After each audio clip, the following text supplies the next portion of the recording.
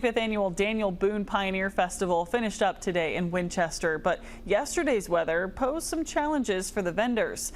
Now we have some video that will show you just what you could see there, the wind blowing through downtown. Of course, the Mesonet recording gusts of about 3 p.m. that were nearly 50 miles an hour. WKYT's Maggie Rickerby catching up with some of the businesses who were caught in that storm. The two-day festival drew in crowds to Winchester this Labor Day weekend. Vendors from around Kentucky and beyond set up their products to sell.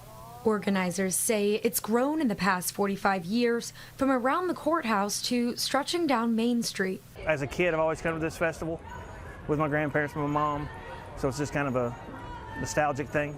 Today, the weather has been clear, but yesterday, wind and rain took out several booths. You could just hear the booths collapsing as the wind came down the street. And it was mainly over on the other side. After a severe thunderstorm warning Saturday, the Kentucky Mesonet site recorded wind speeds around 49 miles per hour.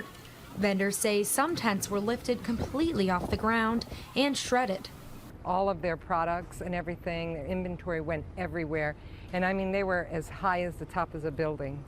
It was terrible. Most vendors were able to return for the second day of the festival, thanks to heavy weights on their tents and help from others nearby. But despite the weather interrupting the fun, the event was in full swing for day two. It rained yesterday, they went home, they came back today.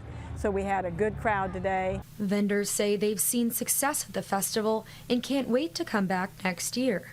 In Winchester, Maggie Rickerby, WKYT.